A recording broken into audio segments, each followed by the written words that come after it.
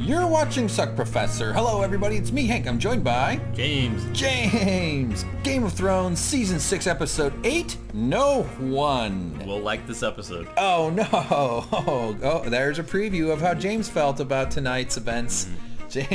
You guys should have been on the couch with me and James. You would have felt white-hot heat radiating from his Sauron-like evil pores. So, spoilers.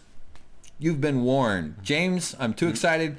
Shot-by-shot recap. We got to get to it. Let's get into the video. Right. So this is Harry Potter and the half-furrowed brow. This is coming out strong. Yeah. James with a joke.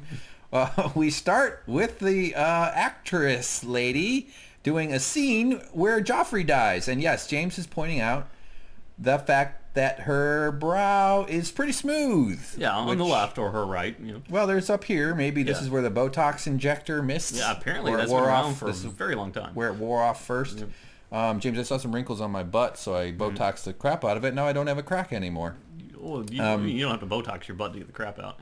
Crack. Oh, crack. I thought you said crap. It was my bad mispronunciation. So, it's a smooth all right.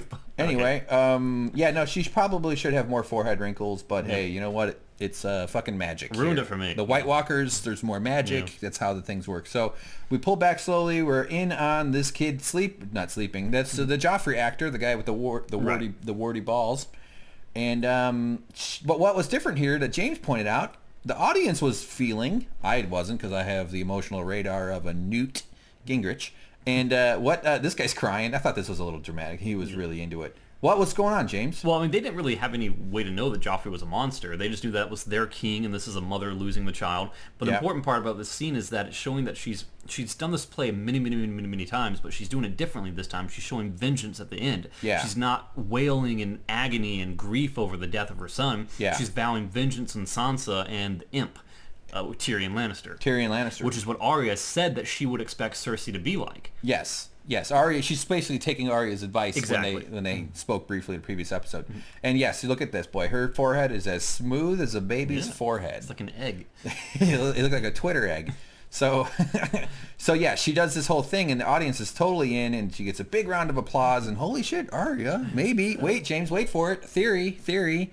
Next season, Arya starts an acting school. That guy in the middle doesn't seem very genuine about his clapping. Yeah, he's looking like, yeah, good job. Real fucking funny. Real fucking good. My mother was killed by, and by the way, there's the Burger King, have it your way, helmet. I had one of those as a kid. Yeah? A Burger King? Yeah. Wow, no wonder you're so rich. So, but they were all into it. This guy's got, he's been visited by the white, I don't know that's just, boy, hey, the clown store called. They want their platinum blonde clown wigs back. Right, James? Yeah, I got it. Fun times. So they all got to play dress up and go to the Ren Fair for the day and got paid to be on the set of Game of Thrones. So girls are loving it, and she gets up. Everything's going good. Boom, boom. I'm expecting her to get her head cut off at any moment here because they're following the camera. She's still a marked target. Yeah, well, yes, because she wasn't killed like Arya was supposed to. So I'm assuming the Faceless Men sent someone else, although they really don't have a lot of employees. Right. Takes off her thing. I'm always convinced by wigs. I'm so stupid. Yep. Like, let's just go back, back a little. I'm like, she's a blonde lady. I mean, you can see the separation though, right there. You know, between the egg and the hair. Yeah, the little line. Yeah. But no, I'm fully in on the blonde thing. I mean, I like all hair colors, especially human. And so, but then she pulls her hat out, and I'm like, oh shit, it's like crazy. I'm just saying that it's weird how wigs are so effective. Right. And if you knew that there was a woman out there trying to kill you with poison, and they tried to poison your favorite drink the night before, and you just left for the stage and left your drink unattended for like a good 2 hours while you're on the stage, would you really reach for it again? She's a moron. Hated it. So that's the first time. James, hate right there. James has gone off the. I love angry James. It's my. This is basically the Hulk version of you. You went from pale to slightly less pale. And you're sickish green. But weirdly enough, no muscles. However, the blue jeans are completely tattered. Yeah. And held up by... But only from the knee down. Yeah, from the knee down. And your belt turned from a belt into a rope. Yep. So she notices, she hears something. What? Is there a noise? I am being murdered. I should investigate what's behind this curtain. She opens. Oh no! And this ticks me off the second time. Yep. It proves that it was actually Arya. It proved that the whole fact that Arya being left-handed and using her right hand to throw the coins down, as I mentioned in the previous episode. Well, yes. It proved it was all a sham.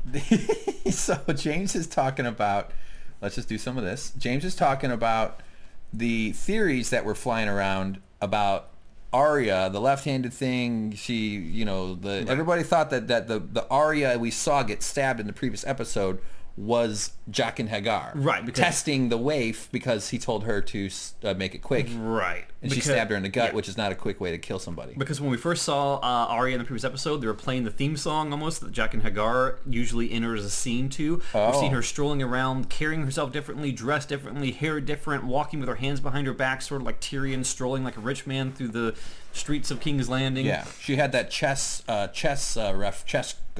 tournament referee walk. Yes, and she was using her right hand to throw down the coins in front of the guy at the wharf. She was making her presence well known.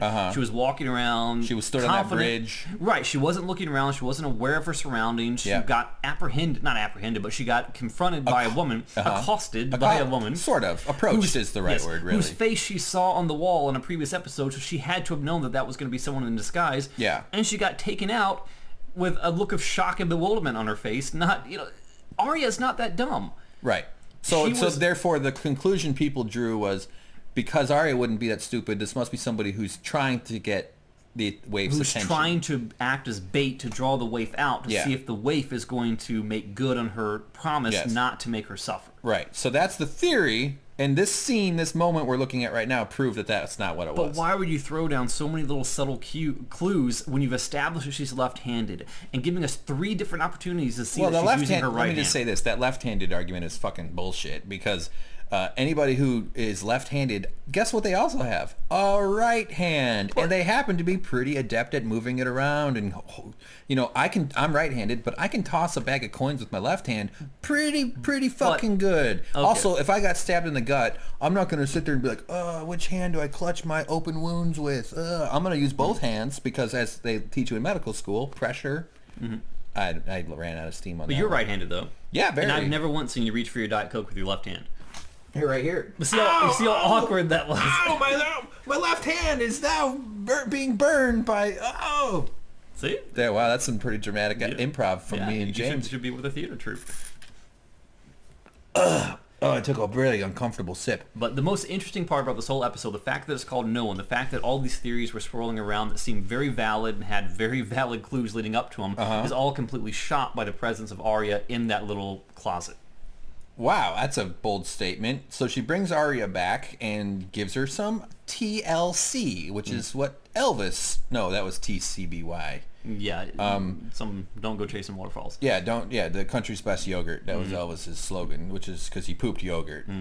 So this lady helps her out, and Arya's like, oh, thanks. This didn't surprise me, though. We were trying to guess who Arya could turn to for help, but we didn't come up with this lady. She was nice to her. So I mean, there was another theory going around that Arya went to the theater troupe beforehand and got satchels of cow blood or pig blood and had it strapped around her waist to draw the waif out, to make the waif think that she was dead so she could escape from the city without being pursued by an assassin for the rest of her life. I read that. Yeah, that was on that website, people who have too much time at work.com. Yes. But, I mean, the problem is that she stabbed her pretty deeply with that dagger and twisted it, so there's no way a bag of pig's blood is going to impede a dagger from going through her stomach like that. Yes. So I didn't believe that theory whatsoever. Yeah. But it doesn't, it's pretty easy to get deep in the body if you stab somebody. Like, I could stab you with a 2-inch knife, and that's a bad wound. Yeah, and I would be laying back in bed screaming in pain. I wouldn't be having a casual conversation after a woman wrapped a dirty towel around my waist. And if I stabbed you at night while you're sleeping, I would say, Jaqen H'ghar sends his regrets. Yeah. And I would say, Bella Morgulis. And then I would die. And then I would kiss you on the forehead and say, night-night, sweet pea. Sleep tight. Don't let the bed dragons blow fire into your butthole. And then I rip your face off to let you know that. All right, we're getting a little silly here. So I really want to talk more about the Arya thing. It's intriguing. I like how angry it made you. It ruined the entire episode for you. Yeah, it did. Which is so funny. It's like, imagine you're a child and you're told by your parents, tomorrow's Christmas. And then you wake up and you're like, it's the 24th, you fool! What? That's what it was like. The 24th would just mean one more day closer. Exactly. This would be more like this. There is no Christmas. I'm expecting that tomorrow HBO is going to release an amended, revised, fixed episode. Yeah. Well, hopefully they watch our recap and they get right on it. They owe it to us. Yeah. So this lady goes off and she gets her a bowl. She brings her, she's like making a little thing, and she brings it over and she's like, don't worry, girl. Actually, I don't want to stop you, but go back 2 frames. Uh-huh. What hand is she using? Left hand. No, go back one. Right there. Right hand. Yeah, because she's on a bed where you get out. The arm is on. This is her nightstand arm, James. Let me explain sleeping to you. Her method acting is gone. When you are on a bed, you reach for the nightstand with the arm closest to it. I'm thinking when I am on a bed, I reach for the little thing you put the coin into that makes the bed vibrate with the arm closest to it. New theory, that's Ned Stark. That's Ned Stark, and Bran is actually sitting in bed next to her. If the camera pulled out, Bran would just go, "Hello, it's me, Bran, with my puberty head." It's Gendry. Gendry's rowing a boat in the tub. So she gets her some soup. This was implausible, to say the least. Yeah. Let me just get in on the Arya hate. She's doing okay. She's looking like she just stayed home from school, and her mom brought her soup to watch The Young and the Restless too, and she's actually feeling better. No, she got fucking gut stabbed a few times and sliced and then stabbed twice with a twist. Yeah. And she's soup. Yeah. Soup. I'll drink from a mud bowl. Soup comes out of her holes. Yeah. It'd be funny if this her belly just started to get wet. Yeah, like a bad sprinkler effect. Yeah. Yeah, she would be. I mean, even sitting up that way, not gonna happen. Well, yeah, it's a devastating thing to be stabbed in the belly. You're pretty much abdominal muscles up. Ripped and shredded. No way. Yeah, you're pretty fucked up. But this is Game of Thrones land, where people are stronger, smarter. They turn sexy, younger. I'm saying that. That sounded bad. No, I meant it. In the books, they're all like, "Oh, he's 12. He's the king. Oh, he's 11. Let's have babies." Mereen Trent. Everything happens about 4 years early. Don't you soil me with your too old. Yeah. No, I'm just saying everything happens at like accelerated, and it's like in video games. Everybody's hit points and stats are just like amped up about 30 or 40%. So. You know, they all smelled way gross. She's buffed up. But they have this little moment, and this woman, what is some of her comforting words she's saying to her? She asks her to, join us in the theater troupe. Oh, yeah, that's leave right. this area, come with us, you'll be good. You go, but I can't remember my lines. Yeah, she's like, I'm not an actress. I can't even remember what my dominant hand is. Yeah, dominant hand. That is the dumbest thing. I'm sorry. If they showed her writing or typing or doing something with your hand, like maybe, a little tickling the little canoe man. Oh my God. What? This is me distancing myself James, from that. Don't lean back too far. He almost fell. He almost literally just fell. That would have been a funny way to die. I'd hate to have to explain that to the cops. Well, I made a joke to female masturbation, so he leaned back and he died. So she's saying to her, yeah, you can too. You also can have a forehead that has no wrinkles. And Arya's like, oh, there's a couple up there. Nope. No problem. James, you gotta understand though the pressures that women are put under in this industry, in the business here. We're in LA, we both understand. So she goes, how about some milk of the poppy? And Arya gets a little nervous, and she goes, what, fuck, no, I don't want it. And she goes, no, it's cool, don't worry about it. Yeah, I couldn't figure out if she thought maybe it was gonna make her blind like before, or if she thought that it would incapacitate her to the point where she couldn't be alert and ready for another attack by the Waif. Was milk of the poppy what made her blind though? I don't know. Or was it some other tricky thing?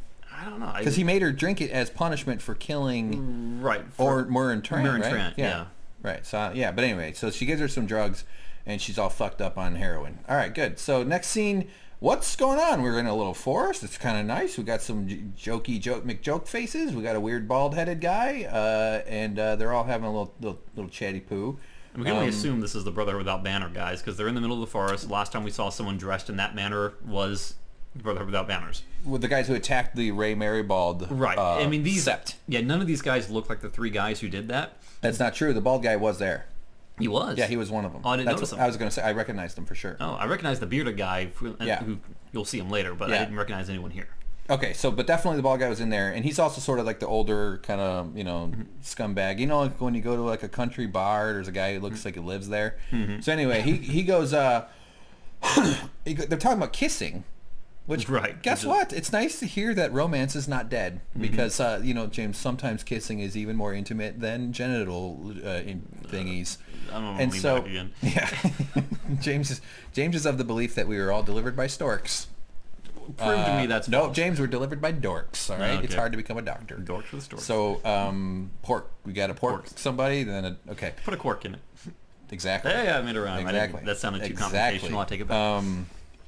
All right, boy, I am way off. All okay, right, so he kissing. comes up and he goes, I'll show you kissing. Kissing's no good. And the guy goes with it. This is very like, all right, dude, you know, there's nothing good's gonna come out of this little exercise here. So he comes up, he goes, put your arm around her neck, and go real gentle like, and you put your hand behind him, and then you stick your finger up the bum. And so he sticks his finger up his asshole, right there. Oh God. This guy's looking on the left here. He's like, oh, fuck. I'm next. Shit.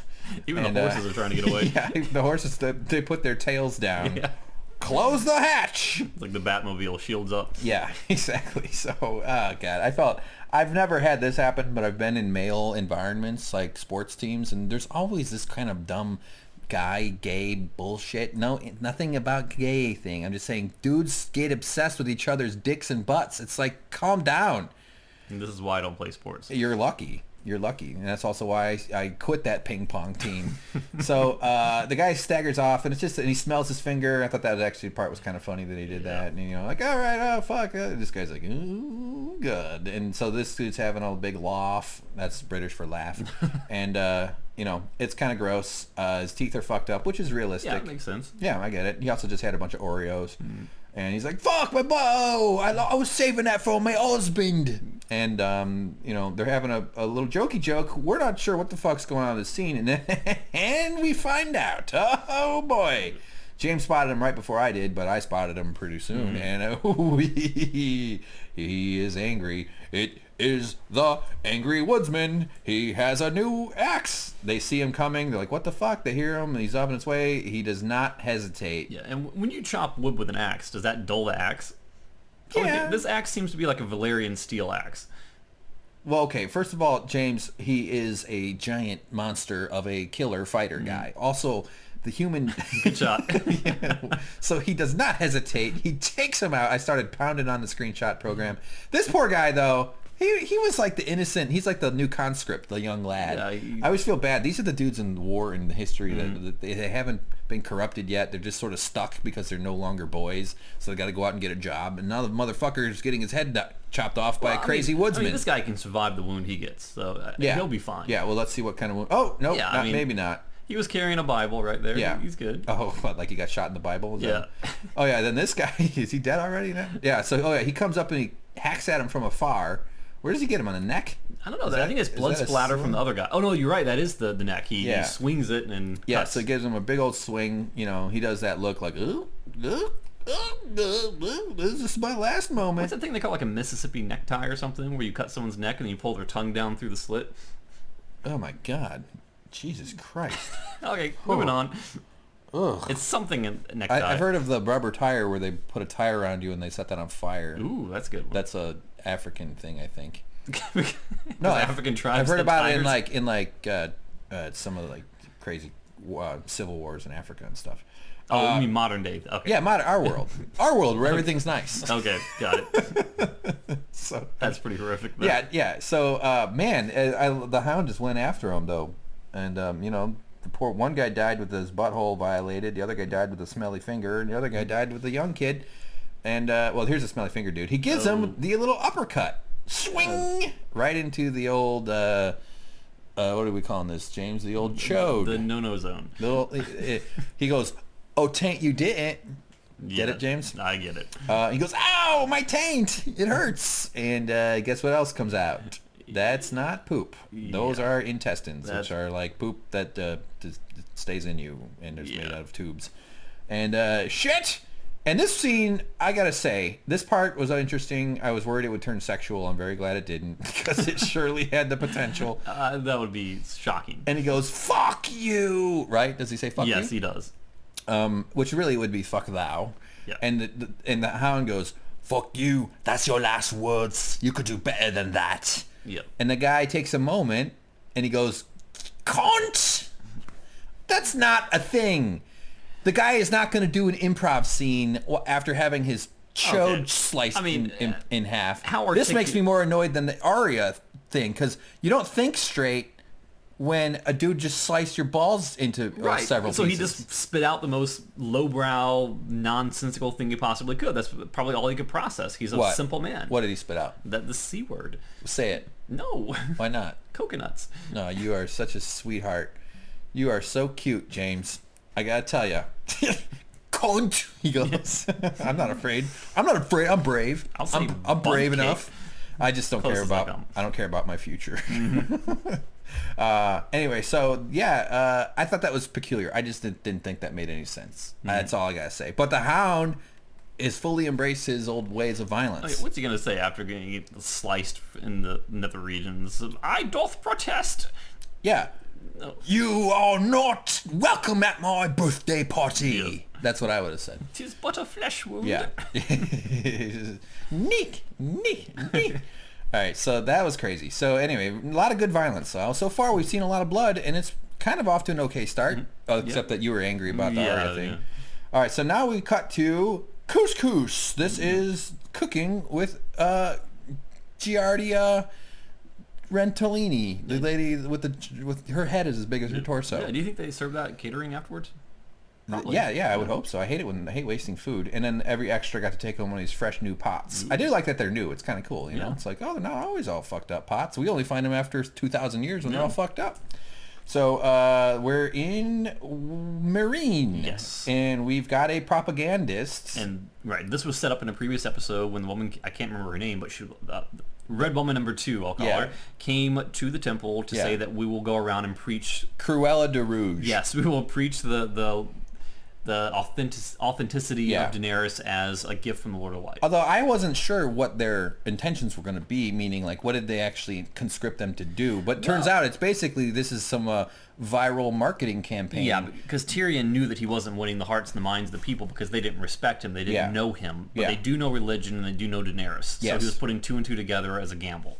Yeah, and so now that they're they're out there just preaching the pro Daenerys gospel, just getting the rabble on board. Because if there's one thing that the rabble loves, it's some kooky religion bullshit, right? Sure. Yeah. So we also get to see our old friends Tyrion and Varys, which I smell sitcom. I'm thinking a buddy comedy, something, a lot of fun, like kind of like a modern Will and Grace. And so they're talking.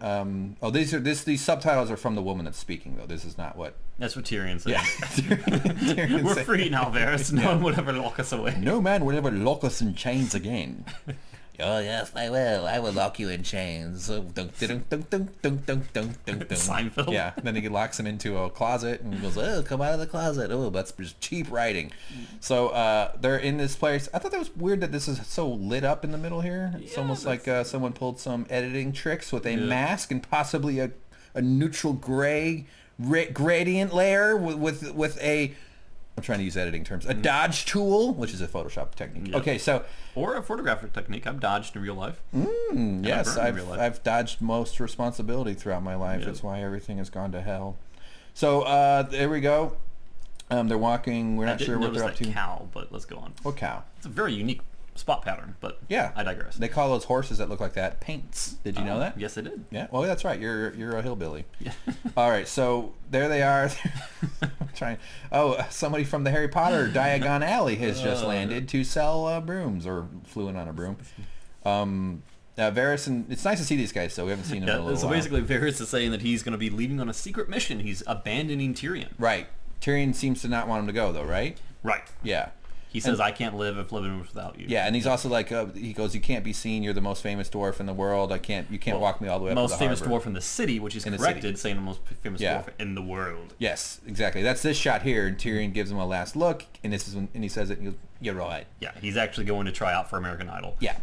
I've always wanted to follow my dreams, and they've upped the eligibility age to 55. Then I'll be 55 in September, and I just want to. I think that Simon Cowell will love me. Yeah.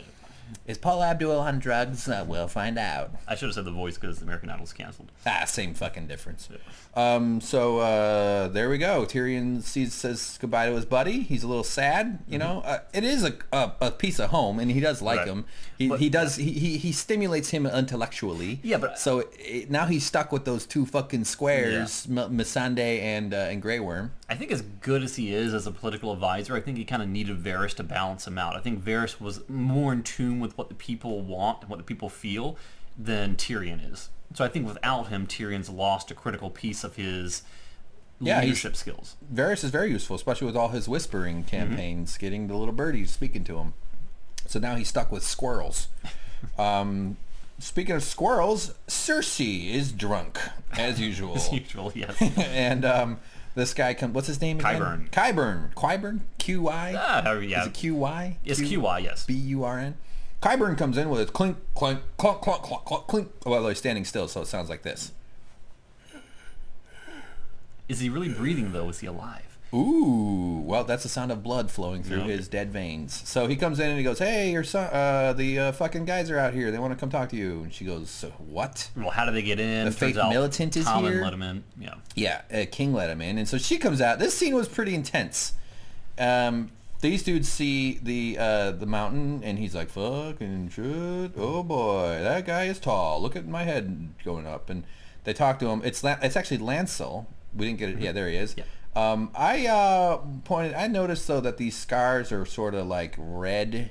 They should have healed by now. Scar tissue sort of turns colored. Yeah. I mean, like skin colored. Yeah. Whatever that means. Like, flesh tone. Yeah. The color of your skin, pretty much. It can be different colors, but it doesn't stay looking like someone took their lipstick and drew it on your forehead. They renew it every morning. Yeah. Maybe they do. Yeah, you never know. These are wackos. But he's got he's got the skinny chains, and these dudes have the bruiser chains. Oh yeah, I never noticed that. So Ace Hardware must have run out. Run out of them. So, but he's saying you need to come to the High Septa Baelord to meet with the High Sparrow. He demands your audience. The High Sparrow demands your audience. He goes, no, and he goes, it's not a request. Yes, and she's saying, well, he can come here then to the Red Keep. I'm not going out there. Yeah. And he goes, you have to come with us. These guys are not used to hearing the word no, especially now that the king is on their side. Everyone bows to them as of now. Yeah. And so he goes, tell me how this goes down, James. So she basically says, we can do this with violence. Do you choose violence? And there's a shot of that. Oh, yeah, there's definitely that moment. Because if you go back one screen, you'll see he's getting his little weapon ready. He's stepping forward. Yes. This is their thug, Mr. Big Chains. Like all good religions, you got to have giant clubs with huge spikes to enforce your beliefs on people who don't agree with you. Yeah, so she is defying them, and they're showing force. Yeah. He's raising his mace. Or there'll be violence. Yes, right. And I think she says, I choose violence. Yeah, this is actually a souvenir he got at a Star Wars convention. It's that little ball that flies around that shoots lasers at Luke Skywalker. And we get a shot of the mountain. I love it. It's he looks at him, and this is the moment where she goes, I choose violence. And this shot was previewed for the whole season, right? Yeah. And she's very confident at this point because she knows she's going to get out of her trial by combat. As long as she has the mountain, she can squirrel her way out of anything, to go back to the squirrel metaphor. Yeah, she fears nothing. Although it is peculiar that she doesn't have a bigger army with her, meaning like, why not a couple more knights? Well, she feels like all she needs is the mountain. I suppose. And I guess in some ways it seems all any of us needs is a mountain. So this guy comes up, and the mountain doesn't seem to flinch or hesitate. I was a little shocked that he got through the armor. Whack! Yeah, although it is a pretty substantial. Let's look at it. Let's get a look at it. It looks weapon. like that is a monster. I mean, look at that fucking thing. If you take a full swing, that's going to puncture. But if you look at the distance of the thickness of the armor, I think it went into the mountain. But he didn't react. Well, no, I agree. I mean, those are long. Yeah, those I don't think really the long. mountain's alive in the sense that we know of someone being alive. Yeah, so this could confirm that in some way that, I mean, the mountain didn't hesitate, didn't flinch, nothing went right through the armor. Hey, thickened up the armor a little bit maybe. But like I said, strong swing, man. Wow. And the guy goes, uh-oh. You know it's bad when you punch a guy and he goes, and he like shakes it off and goes, yeah. This was worse than that. Yeah. So he's like, shit. And the mountain grabs him, picks him up. I was expecting the head to explode, like with Martell. Yeah, or just squeeze the neck off, like Hodor style. I miss Hodor. What a good guy. I hope he's still holding that door. Yep. Yeah. What if everybody's gone, but he's still at the door? Or what if it's like they're saying hold the door, and he's just holding it open for them. It's like Hodor, Hodor, Hodor as they come through one by one. Now his new word is welcome. He's a Walmart greeter. Or you're welcome. Yeah, he's a Walmart greeter. So he picks him up, he carries him off, and he tosses him. He gives him a little whack, and then he walks over and he grabs him. This is a King Kong killing one of those dragons, T-Rexes, the movie with Jack Black. Well, this is how you make Pez dispensers. Except he grabs him by the chin. Yeah, nice one. Yours was way better than mine. I tripped up, and you had a home run. unlike the King Kong, though, it's not from the mouth open. He just grabs his chin and tears his head off. And these guys are all watching it going, oh, fuck. Oh. This guy's like, oh, my God. Only one guy is watching. I could go back to band camp. I like how the one guy's just watching the head roll away. He's not looking at what's going on. He's like, I'm going to keep track of where that landed. So that was crazy. And Cersei's like, that's right, bitches. It's right, motherfuckers. I'm going to kill you all. Bloody hand and a thing. It goes into the drain. Oh, no. It's bloody. We got trouble on the way. And Cersei is like, yeah, get out of here, you fucking losers. Right? So more, but it's trouble. That's like the first blow in the war to come between the Faith Militant and Cersei. As a 5-second establishment thing, I think that the Mountain will kill Cersei at Qyburn's command, but that's a prediction for the future. The Mountain will kill Cersei? Yes. Oh, man. I think Qyburn is working for the Starks, not the Lannisters, but we'll get into that more. I just want to say it in case it happens so I can say, hey, I told you so. Fair enough. I agree. I like being on the record. So here we are at Riverrun. And who shows up? My favorite team, Podrick and Brienne. Mm-hmm. I like these two. There they are. He's what a loyal young boy he is, isn't he? Turning into a man, really. He looks like he's in his 30s, though. Yeah, he looks like he's about 400.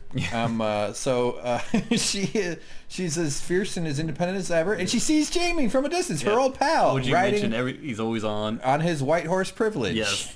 No one else is. I would never have noticed that had you not pointed out that no one else is on a white horse. There actually was another guy on a white horse later on because I was paying attention, but it obviously stands out in this shot. Yeah. Yeah, but I love. I feel like that's calling it white horse privilege. Just that makes me feel smiley inside. So she sees him. She likes him. They're friends. They ride up on her. Who are you? What are you doing here? They're ready to fight. Right. She goes, inform Jaime Lannister that her old buddy Brienne is here, and I've got a sword or something like that. Yeah, I think she looked disappointed to see. Oh, there's the other white horse. There's the other white horse. I thought she was disappointed to see him because she knew that she would have to be in conflict with whatever group is sieging Riverrun because her goal is not the same as their goal. Well, she probably, obviously, as we saw in this whole scene, there's mixed feelings between her and Jaime. Yep. Yeah, so Brienne or Podrick is standing there, and all of a sudden he's attacked. What? Oh my God! And James gasped. He went, "Oh, it's no!" The Brotherhood without banners putting their thumb up his butt. Yeah, he's getting his little bunghole plunged, and nope, it's old Uncle Bronn. Best character ever. Silly boy. And Podrick is like, "You got me again, Uncle Bronn. How dare you?" So he lets him go, and they have sort of this exchange. Bronn gives him some shit about his dick. He touches his penis at some point, right? He does grab it, saying that you're the one with the magic. You know what? Yeah, that's right. His wiener is apparently so good that even the hookers didn't take his money. He's basically asking, do you think Brienne and Jaime are banging in the tent? I went to a brothel once, and the hookers charged me more. Does it exist? We're not talking about that, James. Okay. All right, so then they talk about did you just say what I'm about to say?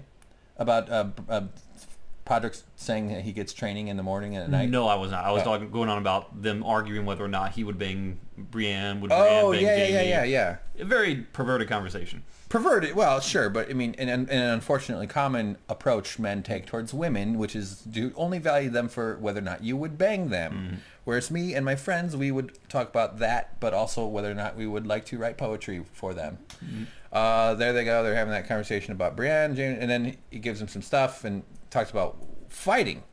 And he goes, all right, I'll train you. He goes, you don't know how to do stealthy fighting. Right, he says there's... I stuck up on you, didn't I? Yeah, he said, Podrick says, I train night and day with Brienne to learn to fight. And he goes, well, how did I sneak up on you? There's this different type of fighting, he says. So he's going to train him in the different type. He goes, can you show? He goes, I don't know that fighting. He goes, I can show you. He goes, oh, show me. So he goes, all right, take your stance. He goes, now look down at your feet. And he looks down at his feet, and he smacks him really hard. Mm-hmm. I didn't get a shot of it. Yeah, Fuck. That was immediately after. Immediately after, and he's like, motherfucker, you got me, uncle.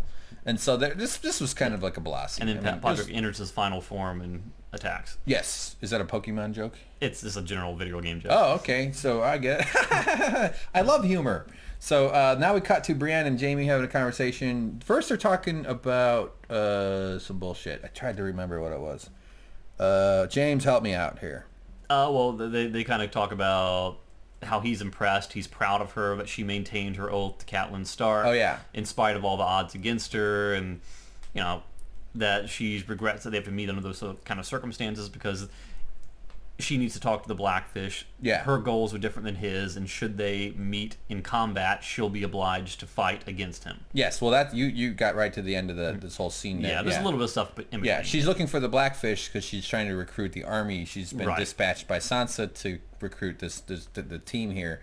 So she's fulfilling her duty. Then she takes off her belt. And I'm thinking, Brienne, there's cameras. It's like Bronn is right. You've also got the bearded guy back home. Yeah. Oh, she's so hot. I can't wait for her to bring me her giant legs and her big body, and I can give her my big body. We'll have beautiful big-bodied children. That's the Tommen. Tommen Giant's boner. Yes. So she offers back the old sword. It's a beautiful sword, by the way. Look at that work. Oh, man. Her justification is, you gave this to me for a reason. The reason has been fulfilled. Now I return it to you. And he looks back at it and says, you touched it. I don't want it. Ew. Yeah, cooties. He goes, ew, girl cooties. I don't want it. Yeah, he says it's always been yours, and he gives it back to her. Yeah, which was kind of an interesting moment. It's a nice sword. It's got to be worth a lot on eBay. Valyrian steel. Valyrian steel. It's a Lannister thing. It kind of makes it look like she's a Lannister, though. It does, and that's happened before because people say, I recognize that armor. I think the Hound even said that. That handle. Yeah, not only that, but the armor she's wearing is Lannister armor. Oh, right. Is it? Yeah, he gives that to her as well. Oh, okay. Maybe that's okay. All right. I just assumed it was Tarth armor or whatever the fuck, something custom. Oh, I mean, she wasn't a knight. She didn't have her own armor. She's a custom job. Well, I guess she'd have dude armor. She's so big. So yeah, then they have this moment where it says like, yeah, well, guess what? I'll have to kick your ass if we have to really fight. And he's like, yeah, I know. All right, fuck. But they're friends. They have this. I like their chemistry. These two actors, they just have great chemistry together. Yeah, they have no animosity to each other. It's just like he will not betray his house Lannister, and he doesn't want to hurt her or bring any harm to her. But her honor requires that she do what she needs to do, which is going to inevitably put her at odds with the Lannisters that are laying siege. And my honor requires I take a sip of this fucking Diet Coke. With your right hand. See? That's my first time. All right, so she's talking to the Blackfish, and he doesn't want to hear it. He's like, I haven't talked to Sansa since she was a little girl, and I don't listen to little girls. I don't know her. I don't give a fuck. I don't know what her handwriting looks like. So, by the way, this is some Frey camping, and this is some Lannister camps. Very much like the British, where they weren't afraid. They wore red. Yeah, and it makes sense that the Freys are in ahead because they were there before, but I thought that the Lannisters would have pushed them away from the front lines. Right. But, Yeah. This just looks like a Ren fair, Monday after the closes or something, and they're like cleaning up all the horse poop and jizz. So she follows him through. This poor guy had to do that bow thing. I hate if you ever have a life where you have to turn and bow to some fuckhead that walks by. You just got born into the wrong. I mean, that's happened. She follows him down through the thing. He's walking and talking. It's kind of like West Wing, and he turns and he's like, all right, I'll look at it. Show me the letter. Whatever. And so he opens it up. She sealed it with a kiss. Yeah, I was about to say the same thing, yeah. And he reads it, and he goes, oh, he has a nice little moment. He goes, she's like her mother. Yes. She's just like her mother. And if you enhance it, it says, Blackfish, have you any wool? Yes. Is that a reference to something? Yes, sure. Yes, sir. 3 bags. Well, it's black sheep. It's a nursery rhyme. Nursery rhymes. Sorry, James, we were poor. We didn't have nurseries. No. We couldn't afford rhymes times. And so there they are. He says, yeah, I don't have anybody to send. And she goes, you got more than they do. And he goes, well, go kiss my ass. Get the fuck out of here. Yeah, she basically says, he says, I knew your father. He was an honorable man. And even if he were here asking the same thing, I would say the same. Yeah, right. So that's how she knows she's going to get no traction from him. Nothing. So this whole thing has just been, fuck. Didn't work. She did her best. She can only do so much. King's Landing. Oh, this is the Red Keep. And Cersei is approaching. This is an event. Some sort of announcement has been announced that there's a word coming from the king. Kevin stops her. He goes, "Where do you think you're going?" And she goes, "I'm going to talk and I'm going up to stand next to my son, bitch." And he goes, "Not in my. No, you belong over there on the court." Yeah, with the other women. I think he says something. Maybe something like that. Yeah, with the women. And she goes, "But I'm better than them." Looking pretty good, by the way. Yeah, she's used to be able to do whatever she wants. She still thinks of herself as the queen. She should. She's the king's mom, and she's been in charge. She's been the queen regent. Yeah, queen regent, yes, but her power has been stripped pretty significantly. Yes, truly, very much so. That's why I no longer go by my name, Hank Regent. And he's talking to Pycelle, which bugs her. Yeah, this old bitch. She hates Pycelle. He's kind of a schemy, scuzzy old guy. He's the master maester. He's the maester guy. But he's got Tommen's ear. She doesn't even this son of a bitch is closer to her son than she is, and that's frustrating. So she accepts it. She doesn't create a scene. She doesn't make the Hound kill all these people. or sorry, the Mountain. The Hound. He the comes smashing through the window with the axe. His axe. Yeah. He's the angry woodsman. So she takes it. She takes it. Now we take this long shot from from where she's standing over there on the side, and he sits down and he goes, "Hello, I have an announcement. I am Tommen the King. We are going, the Faith Militant and me are the two pillars, and when one collapses, the other one also collapses." And that's what he says. And so it's like, fucking this guy, man. And he announces new rules. What are the new things, James? Well, there's one very important one. Was it more than just that? I only remember the one of them, and it's very deliberately, he requested the presence of his mother before the court. He knows that she is betting on getting out of this whole trial thing with a trial by combat, as she always has been tradition in Westeros for a number of years, many, many, many years. Yep. So he brings her before the court to say that he is abolishing trial by combat.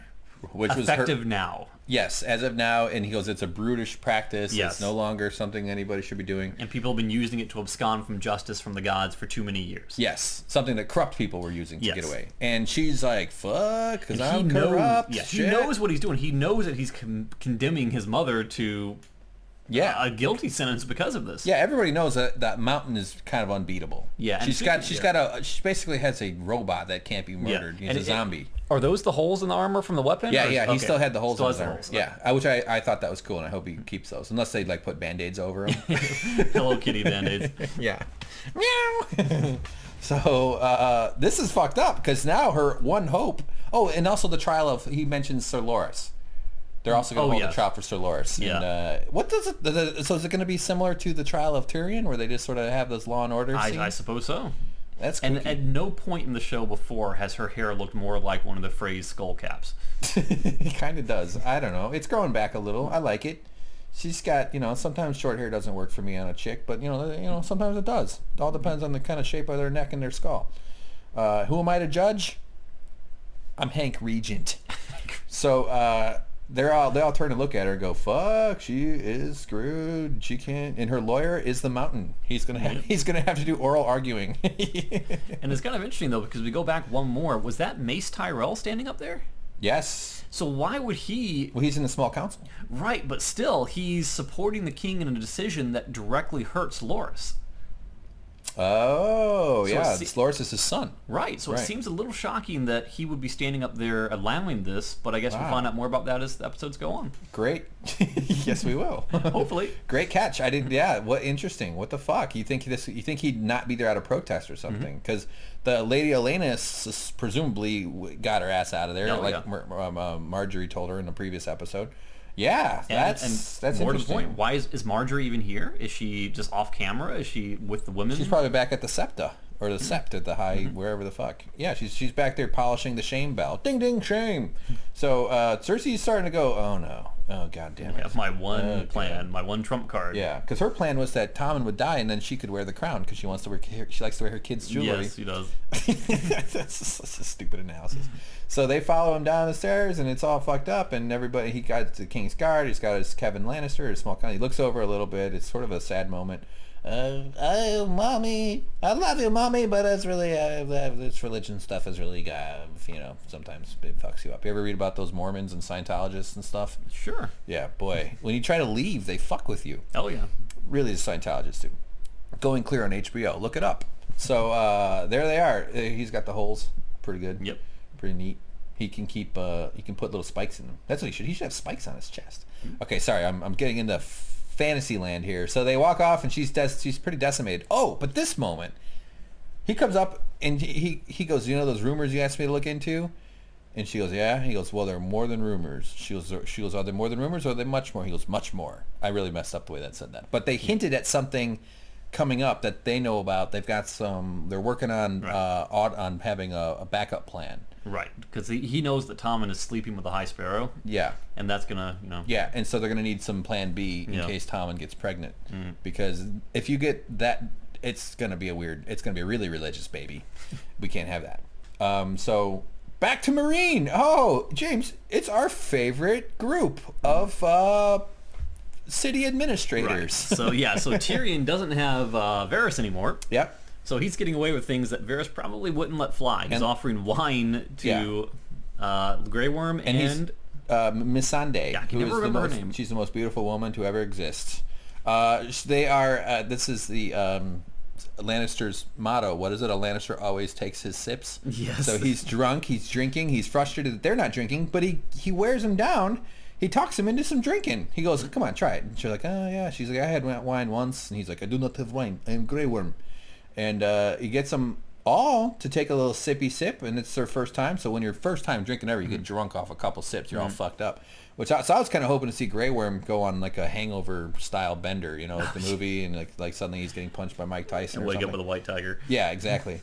And instead, so they do it, and he downs it. Boom. He's got a high tolerance, and plus that's Daddy's medicine. Yeah. So and she takes a cute little sip. What? Go ahead. No, they start telling jokes, and this is the first time I've ever seen Missandei actually smile. Yes. Yeah. Well, yeah, right. She's never really smiled. She's always been this translating slave.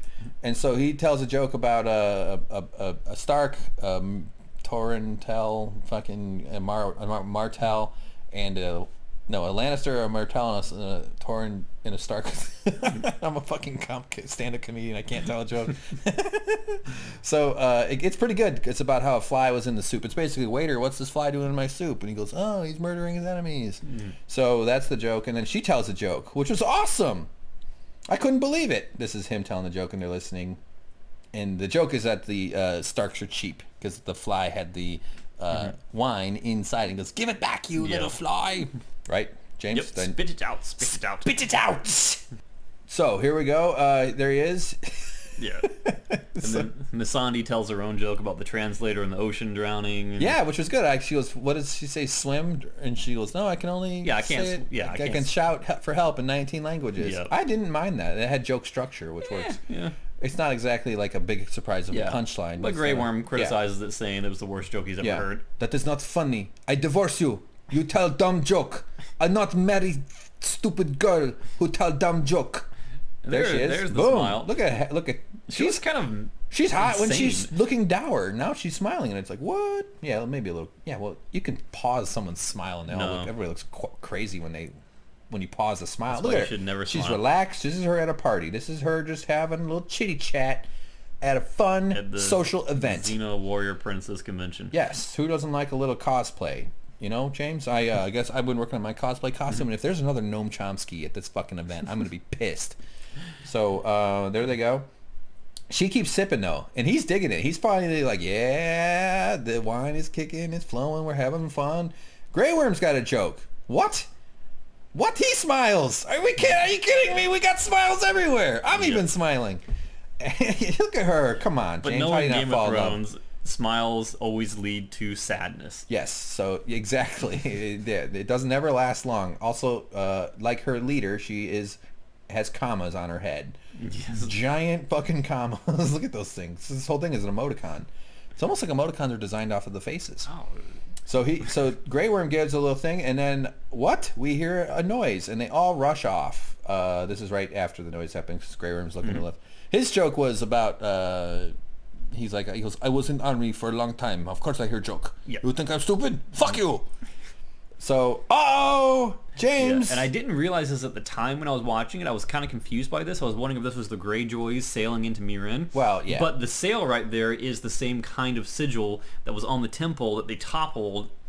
So this has to be the slavers from the surrounding These are the cities. slavers' base sigil, yeah. So I thought when I first glanced at it, I read it because, see the break in the thing, that meant this was Khaleesi's. Yeah. She broke the chains and she freed them, but apparently that's not the case. This is because these guys come for a surprise attack. They were not expecting this. Which is shocking because it seems like they were on good terms, because after Tyrion negotiated with him, he was saying you can keep your way of life as long as you decide to end slavery within 7 years. Yeah. And to me, that doesn't seem like that would warrant an immediate retaliatory attack. They seem pretty complacent with it. Yeah, but sometimes they're just buying time, and they just mustered their forces and said, let's go shoot them with stuff. And so, fuck, it's the sailboats. So they're screwed. All right, so Jaime, here he is. He's on his white horse privilege, and he's going in. He goes into Edmure's tent. This scene took fucking forever, by the way. I thought this lasted. I don't remember what the hell they talked about. I do know how it ended. they were going on. Edmure's kind of pissed off. They kind of relating as like two rich boys, you know. They're like, oh yeah, you were captured by Catelyn. I was captured. You were captured. We're all captured. Go fuck yourself. There was a lot of that, right? Yes. Fill in some of the details here, James. I don't think I'm actually hitting all the right notes. Edmure's not happy, although he's nice and clean shaven, so he's doing all right. Giant dimple. Jesus Christ, you ever see a dimple that big? What the fuck? Good God. What is that, a credit card swiper? Jesus. So, he's pissed. He's not happy. And Jaime's kind of, he's like, he keeps calling Jaime evil. He keeps being like, you're a bad guy. Yeah, how you know can you're a bad sleep guy. at night? How can you live with yourself? Yeah, you fuck your sister. You do, you know, stuff like that. He say, I don't know if he said that or not. No, right? he didn't. But Jaime Lannister invited that criticism by saying, the only thing in this world I care about is Cersei. Yes. I would tear apart this world piece by piece if it meant getting back to Cersei. I'll kill every last Tully if I have to. The only thing keeping him here, keeping him in Riverrun, is not taking Riverrun back. And as soon as he can do that, he can be back with Cersei. So he's saying he'd be willing to kill every last Tully. He would even load Edmure's infant son into a catapult. Is this where Edmure finds out about the infant, or did he know? I'm not quite sure. I figured he knew, but you know, you say I will fire your infant son out of a catapult into the Riverrun's walls if it meant breaking the siege and, you know, getting back to Cersei. Yes, I'll do anything. So what James is talking about though is the night he married one of the Frey girls, and that was actually one of the kind of funny because he was really hesitant. Robb Stark made him do it, and they did this whole like what a horror like casting like you have to like they kind of do this scan past the faces of the Freys, and they're all sort of ugly chicks. Yeah. And then we get to the girl who he's gonna marry, and he's like, oh no, who am I stuck with? She's fucking hot as shit. She's gorgeous. Not that looks matter, James. Let's pretend like nobody looks at anybody's looks ever. And so he was super relieved, and that's all right before the Red Wedding, and that was all kind of a nightmare. So he's been captured since that moment. But turns out Jaime tells him, we don't know if it was the first time him finding out. It seemed like it might have been. I'm guessing it was. That he goes, oh yeah, guess what? You got a son. You got a baby. You got a, you know. And he seems to miss his wife, though. He's like, oh, fuck. Yeah, I wouldn't think he'd have any allegiance to the you Freys, think, because that was part of the ruse. It was a relationship and a marriage that was a sham that was built in deceit, and you know, sure, the baby's innocent and everything like that, but still, you think there'd be some resentment for the wife because she knew what was going down the whole time. You would assume. Yeah. So I thought the motivations maybe for not, this scene... The Walder Frey's a pretty manipulative son of a bitch. I would have thought he would have retorted with, I don't give a crap what you do to the Freys or to the Frey spawn, even if it's my child, you know. I won't buy into your threats. Right. But he appears, and he invokes the name of Catelyn Stark, and he says, don't you talk about my sister, and he goes, I'll talk about whoever I want. I know that Catelyn Stark valued and loved her children, and I know that must be in your heart as well. Yeah. So I'm going to threaten your child. Yeah, by catapulting the baby into the castle. Which, as we all know, would make me run. Right, because, I mean, he may have thought that Jaime had some compassion for him, because Jaime was the one who says, bathe this man, feed him, clean him up, treat him better, to the phrase. So he probably thought he had some sort of negotiation with Jaime, some understanding, but Jaime's making it very apparent, I don't give a crap about you. I will kill you where you stand, as long as it means I get what I want. Yes. Which is why what happened next was very weird and surprising, because all that stuff, so... Then we cut to smush into the mud, and the guy walks over the bridge. Right. And it's important to know that Edmure is Lord of Riverrun. He is the heir to Riverrun. He's the son of... Not the Blackfish. He's the son. He's the brother of Catelyn, the son of Catelyn's father, Jimmy Fishboy. Yes. So there he goes, open the gate. I'm the Lord here. I'm here to be inside. And then this guy is like, all right, we'll do it. And then the Blackfish comes up. He goes, don't open the gate. Yeah, he's been a captive of theirs since the Red Wedding, and that's all. He's gonna have all kinds of fucking shit. Maybe he's got diseases and dynamite. No, he doesn't say that. But like, what threat is one guy gonna do? I guess because he takes over and he's in charge. Right. So obviously he doesn't. So this guy goes, I'm not loyal to you. I'm loyal to the Lord. Yeah, he says, you are not the Lord of this castle, Lord. Yeah, he calls him Lord afterwards. It was kind of funny. But they have a little confrontation, and he goes, look at my tongue. Look at my tongue. He looks like Robert De Niro in that shot a little bit. Yeah, a little bit.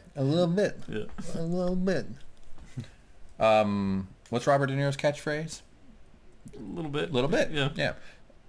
So they have this confrontation. They almost fight, but the dude wins. the guy backs down. The Blackfish backs down because his boys back him up with their sword.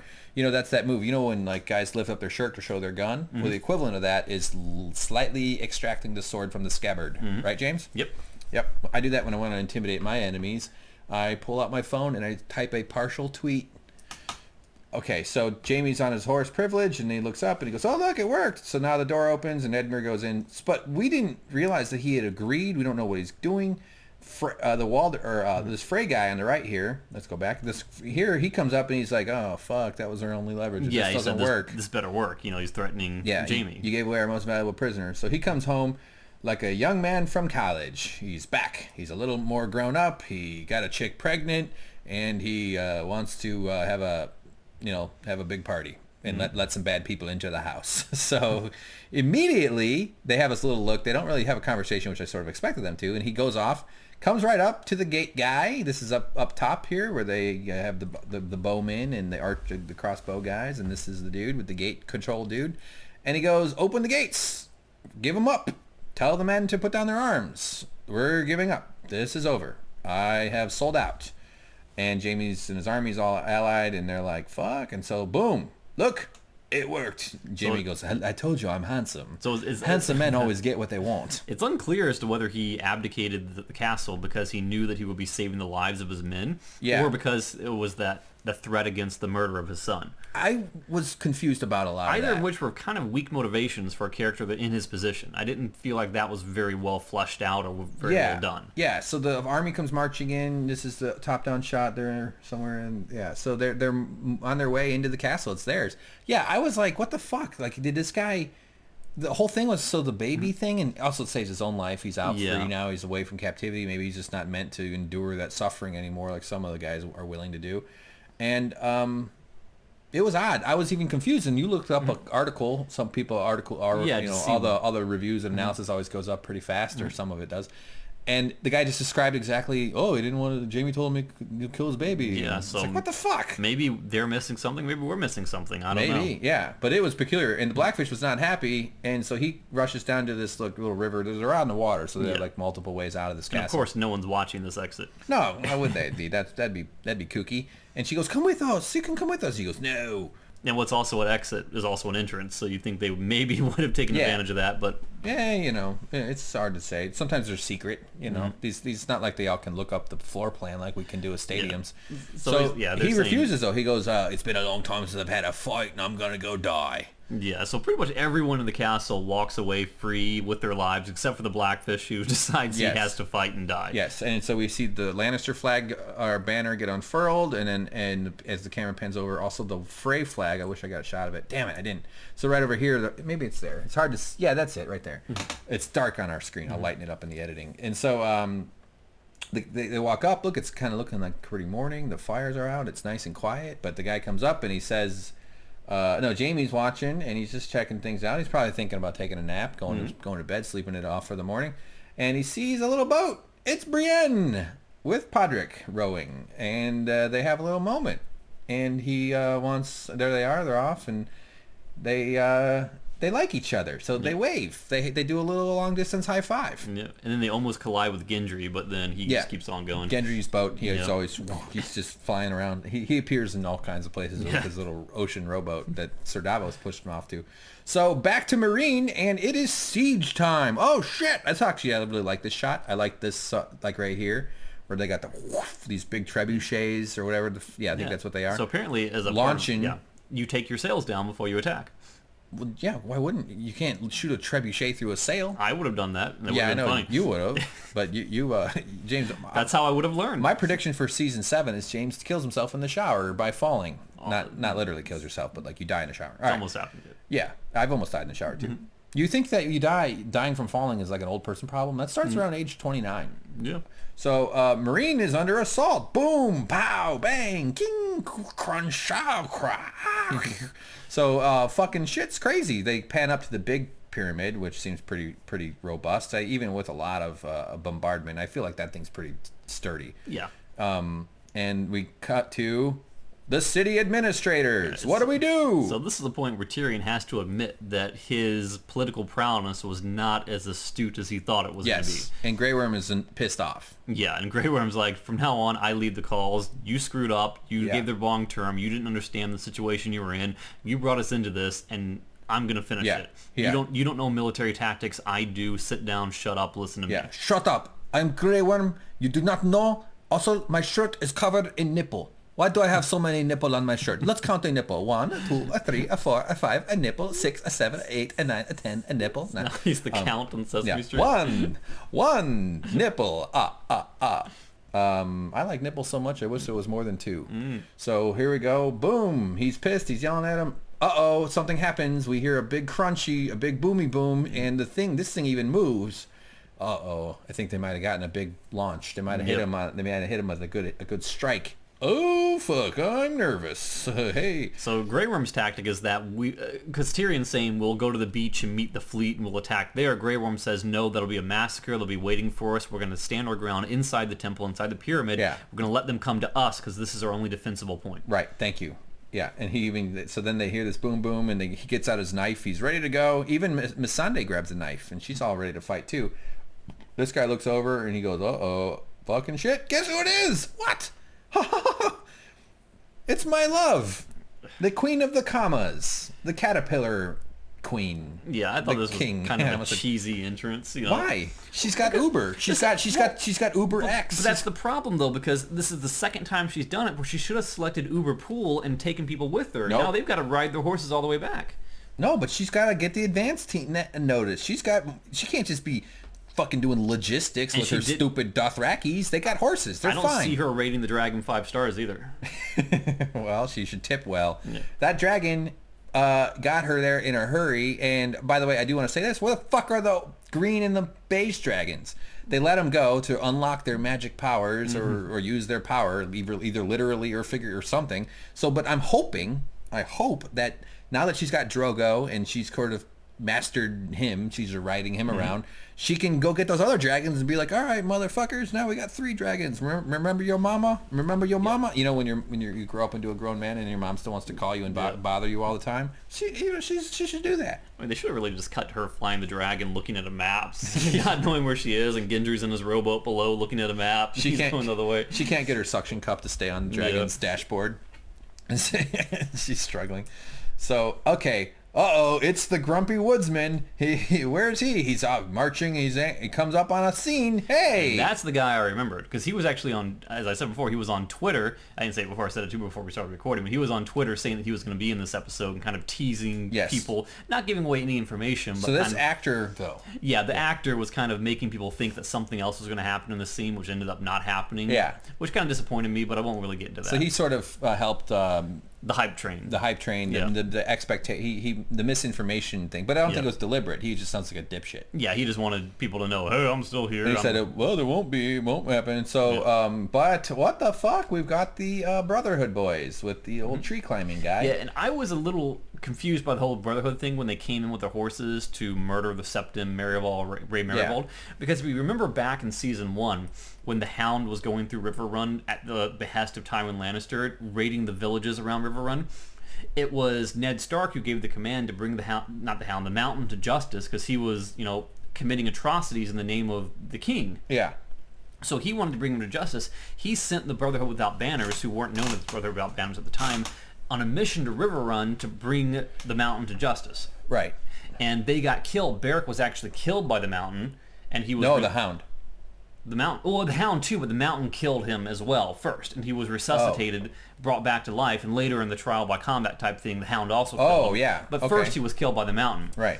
Oh, and most of the Brotherhood Without Banners, which weren't called that again at the time, were decimated by the Lannister forces led by the Mountain. Okay.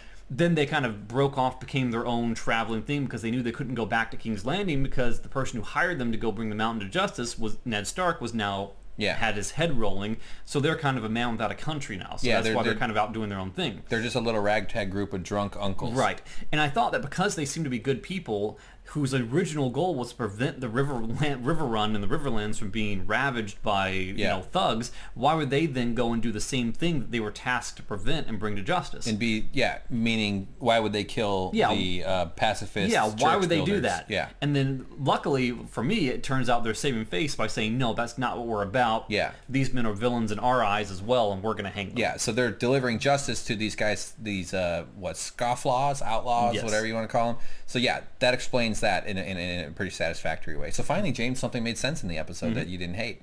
And it's hard not to the eye patch. I just want to say, it's like, you ever had a friend get hurt and their eyes fucked up? They had to wear an eye patch. No, I can't recall that. It's so hard not to want to make fun of it because it looks so stupid and silly. It does. But what else can you do? You got to cover it. You got to put a thing on, and you got to tie it to your head. It's like, you could tape it, you could glue it, but it's not like there's other choice. You could put sunglasses on that. I don't know. Eye injuries hurt like a mother. Yeah, James had his own experience with an eye problem last week. By the way, everybody, get new contact lenses. A little more on the sketch. Yeah.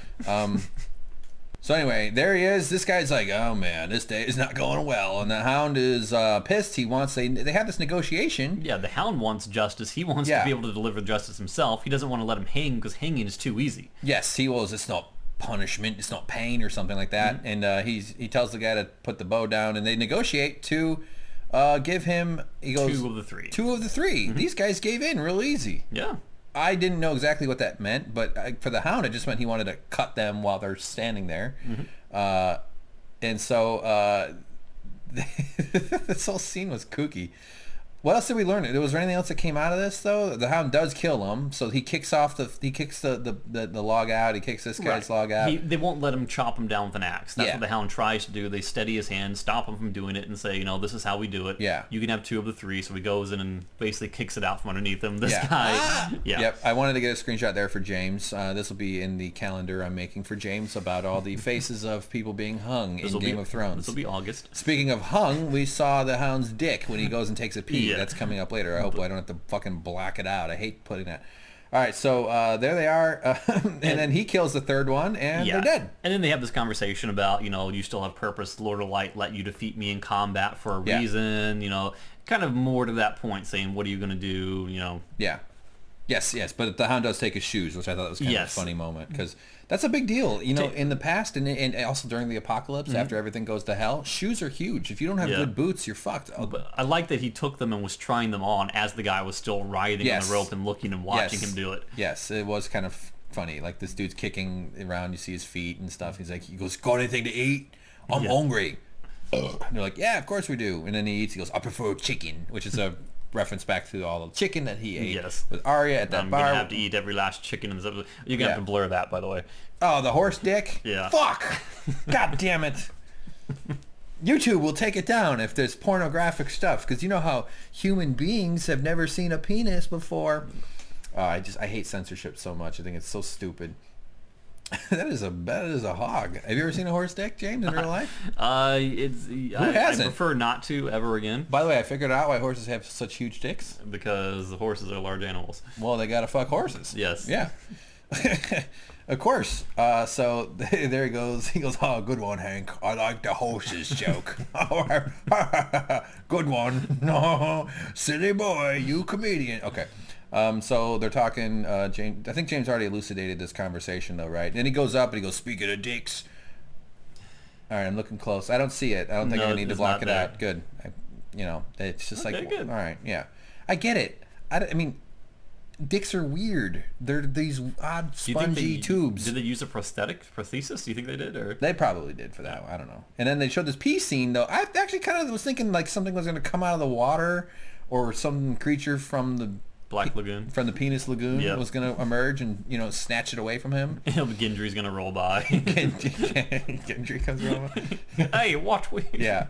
I'm rowing here. It was weird. I don't know. They're also, genitals are just the craziest things. I don't care. Men, women, they're all just fucking nuts. Everything's insane. That was a good pun, by the way.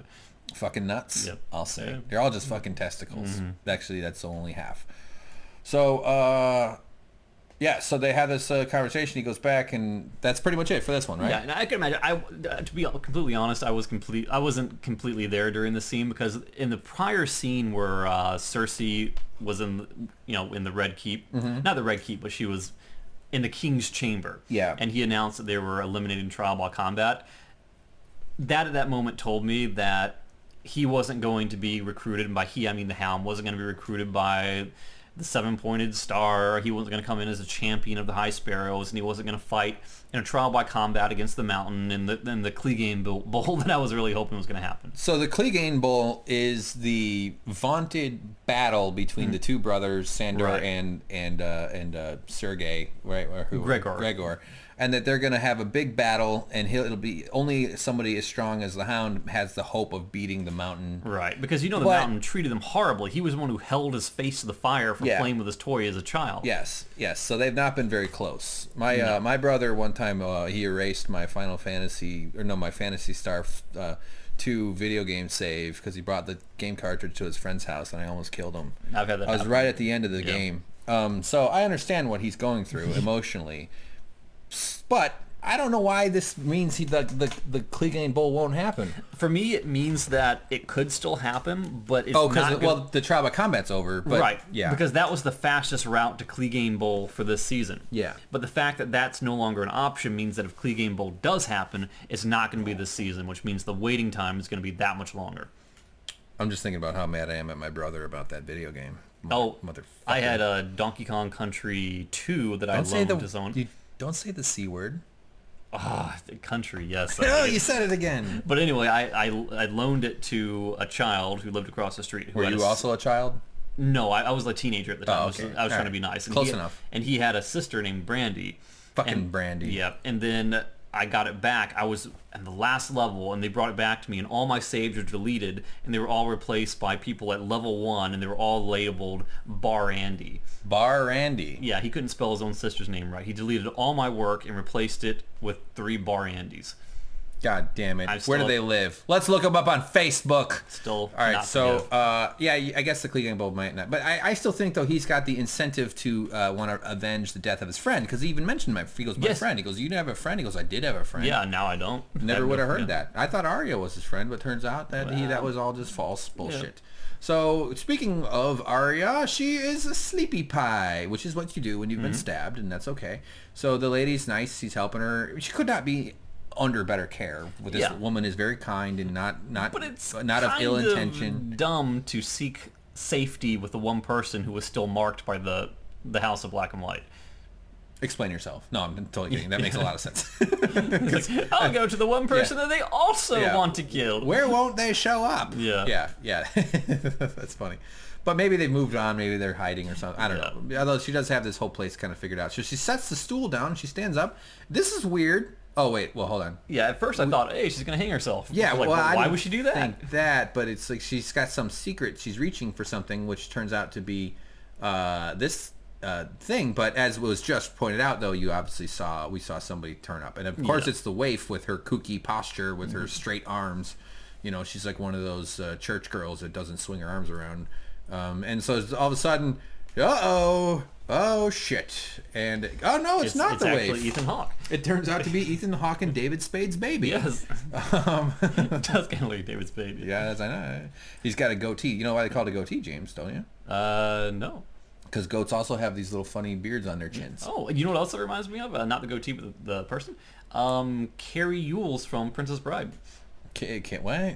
Which one is that? Is that the hot? No, that's Robin Wright. No, Carrie Ewells. Who's Carrie Ewells? The main guy in Princess Bride. Oh, that's the actor's name. Yes. Yeah. Yes. As you wish. Yes. Yes. As you wish. Hello, I'm Carrie Ewells.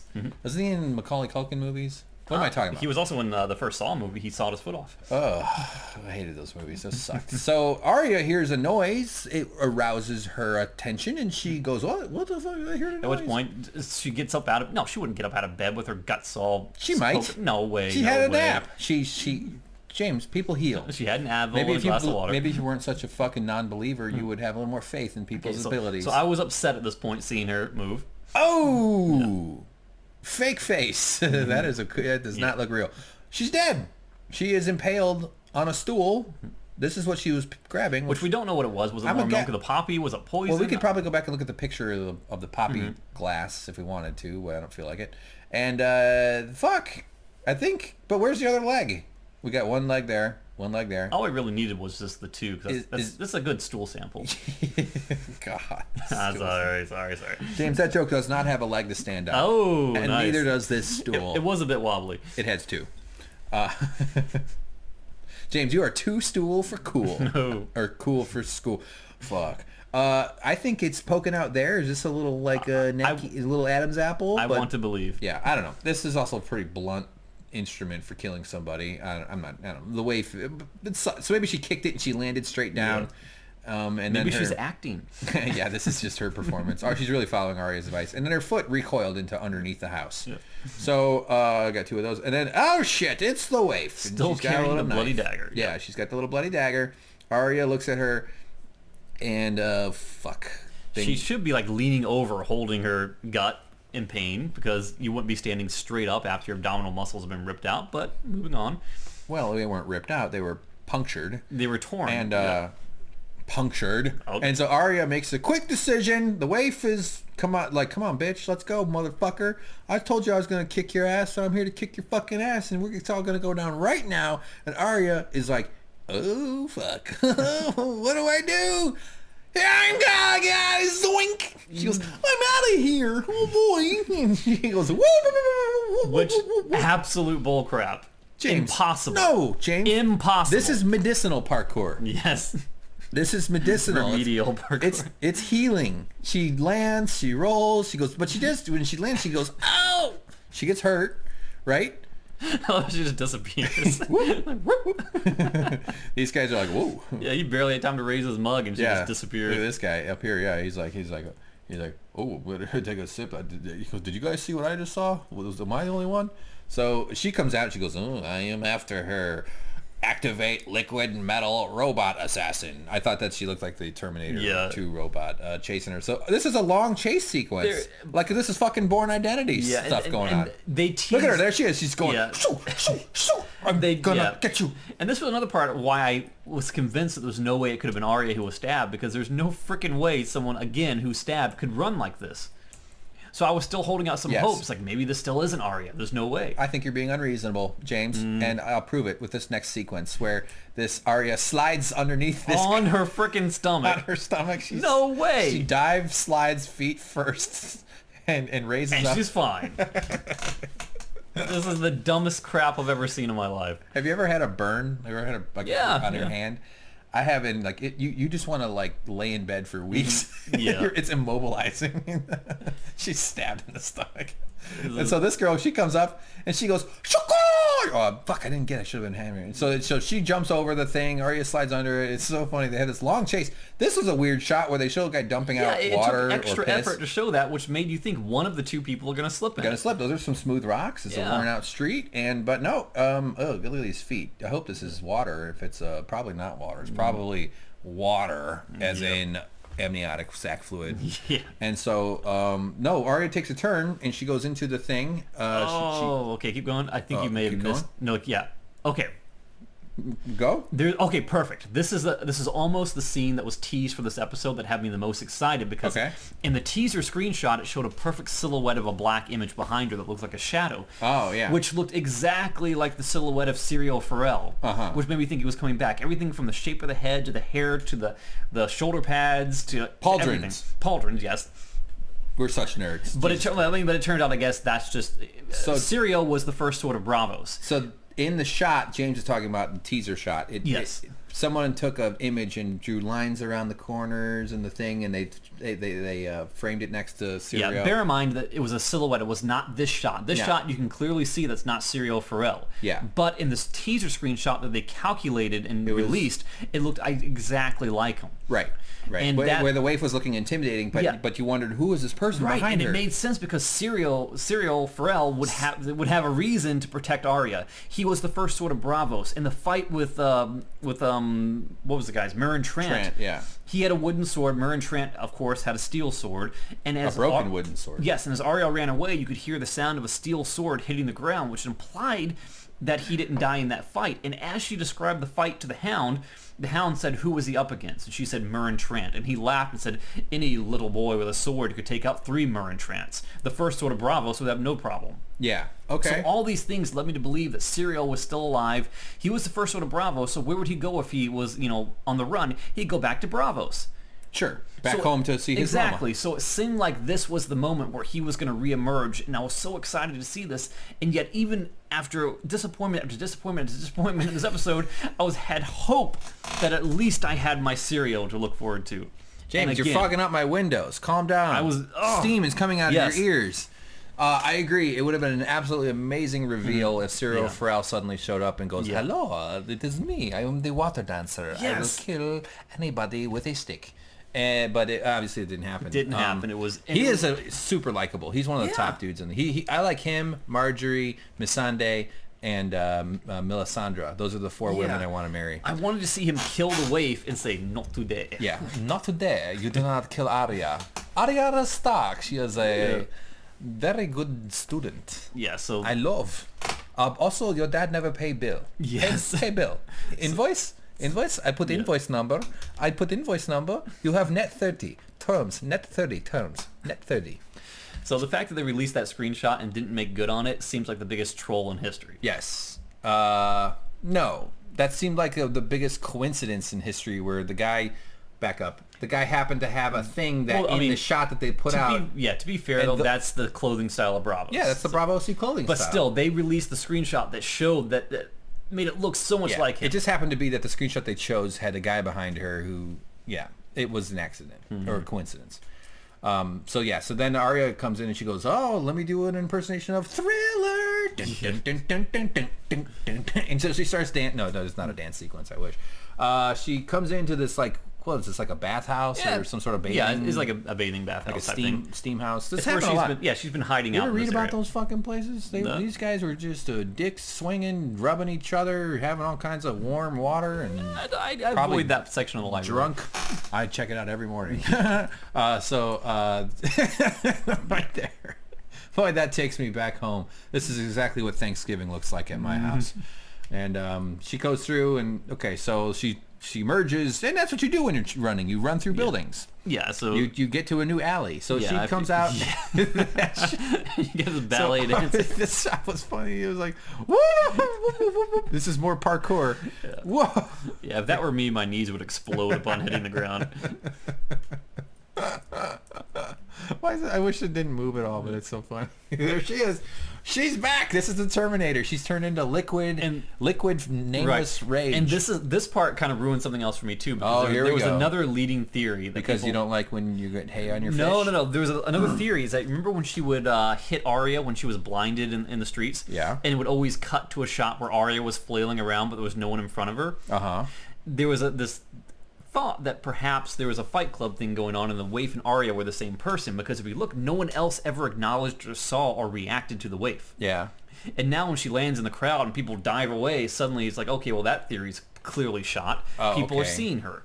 All right, so good. So you're disappointed that these cockamamie theories get debunked when they actually show what's happening in the story? I'm disappointed. Hello, James. It's called reading a book. No, I'm disappointed. Haven't you ever known? It's already written. Someone else gets to decide how it goes down. I'm disappointed. It's not up to the fucking Reddit community. When the theories are interesting, and the only alternative is boring, it makes me upset when they go with the dumb alternative. They go with the boring, least possible interesting alternative. Sounds like my dating life. I mean, when the woman chooses to be with me, is what I'm saying. I'm very boring. I clam up. I am not funny with women, James. I just mostly go, hi. Okay. You're silly. You smell pretty. That's not true, actually. In fact, why am I talking about myself? I'm very horny. I'm so horny. We should finish this then. Yeah, sorry. No, okay, I get it. I actually like theories. I like when they're inventive and interesting, and those were sort of. But it's like that's not disappointing. It'd be cool if they were real. And when occasionally someone guesses right, that's fun. It's disappointing to me because the teaser screenshot showed scenes of the Waif running, and it showed this shot right here, actually. Oh, okay. Where you didn't know if that was Arya or that was the Waif. I think it was a very similar shot to that, so you didn't really know. I would have guessed that's Arya. But people were saying, like, well, there's no way that can be Arya because Arya can't run after sustaining those kinds of wounds. Yeah, that's fair. So the fact that you see someone running means that the person who sustained the wounds couldn't have been Arya, which is a logical assumption to make. And the fact that they completely... That's funny. There's the Terminator shot. Yeah, the fact that they completely overlooked the fact that a person in that condition couldn't run makes it seem so stupid. It loses credibility. It lost me. Well, James, I gotta say to you, get rid of the heroes. Get with the get with the zeros. Get rid of the come with the heroes because you're not a hero. You're being a zero. It's so implausible. Winners run. We don't let things hold us back. And I got a little introduce you to something called adrenaline. Yeah. Old adrenaline helps you do amazing things. It's why mama bears will lift a car off their baby when they get run over. If she had like intestines hanging out and she was stuffing them back in as she ran, okay. What if she pulled her intestines out and used it like a whip? A lasso. Sorry, was smacking the waif, and she pulls the dagger out of her hand with her intestine whip. Swings from rafters. All right, so this chase just goes on and on though. This really took a while. She's running. Oh no, she passed up Olive Garden's endless breadsticks, and she's going. This whole sequence was actually like Wayne's World all of a sudden, where she's bouncing through the market. It's a fruit veggie market, and the Waif. Oh, okay, we've got spices. This is pretty realistic. I've seen Anthony Bourdain on CNN. Yeah. People have a fucking. This is paprika. This is cumin. This is cocaine, garlic powder, cocaine. Oh, Cheeto powder, right? Cheeto there. powder. This is Cheeto and Dorito powder to make your fingers orange on your wedding night. Boy, nothing wives hate more than when you get Doritos on their wedding dress. And Arya takes a giant leap off an edge. What does she go? Where does she land though? This is not Assassin's Creed. This is stupid. She lands in Citrus Alley, and she just knocks over. Yeah, She knocks over every single barrel of oranges in the middle. Don't. That's a good shot. The only way this could be funnier is if she had an orange in her mouth. Yeah. If there was the one right there. You notice, a dramatic shot of the oranges. All the oranges. Look at all of them. Like maybe these are pomegranates. These are some sort of limes. These might be potatoes. I like how they're all like centralized in the center. Yeah, they're all just ready. But they also maybe broke her fall. Yeah. Maybe. And I was thinking like you said it before I could say it, but I was thinking like little points were gonna be popping up. Points? Oh, like Fruit Ninja. Yeah. Dwing, yeah, combo. Multiple. Yeah. But then James goes, she got citrus in her wound. She just rolls down all the... It's so funny. It's not... There's pineapples. They got everything.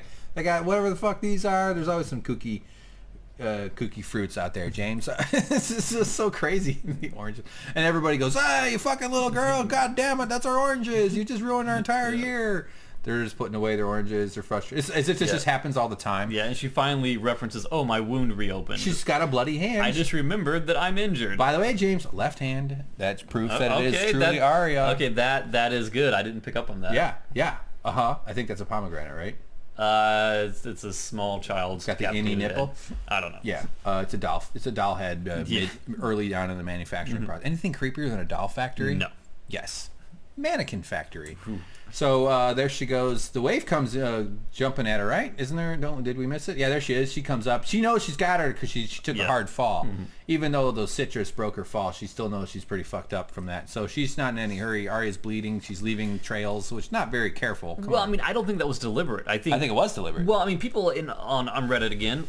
Here we go. Thought that was her leading a false trail using fake blood. Oh, because that was in the previews. Yeah. See, I don't watch the previews, so I'm not part of this guest brigade. Although I do like to wear guest jeans.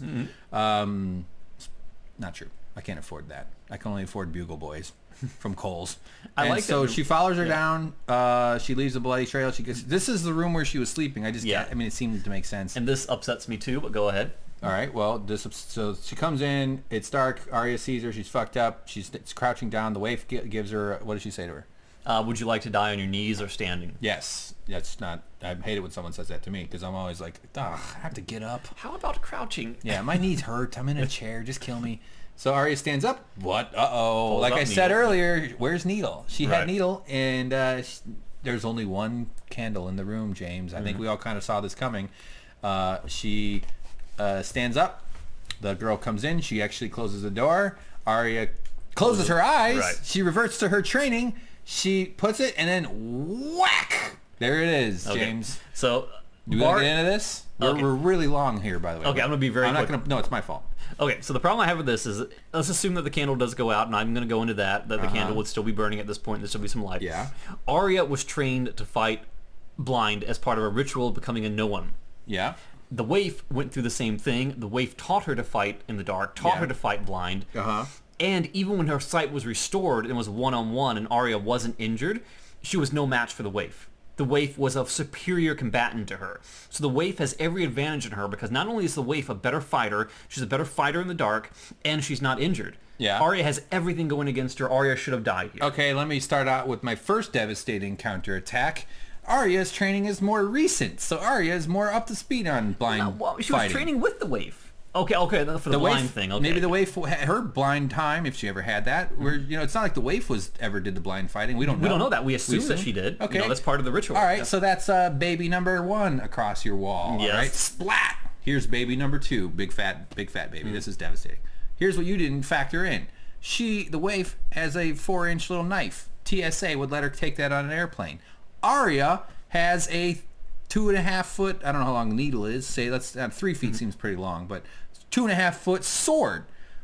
Whack! Turn off the, hold on, Yeah. I'm reenacting Go it ahead. for our listeners. Whack! Turn off the candle. Stab the Waif. Because Arya was trained by the Sword of Braavos, our one and only favorite lesbian uncle, the Sword of Braavos. Serial Farrell. Will Ferrell's cousin. Yep. So all I'm saying though is that it's very plausible that in this circumstance, as soon as Arya turned off the candle, she immediately took a long stab. She's got the sword. My point is she has a sword.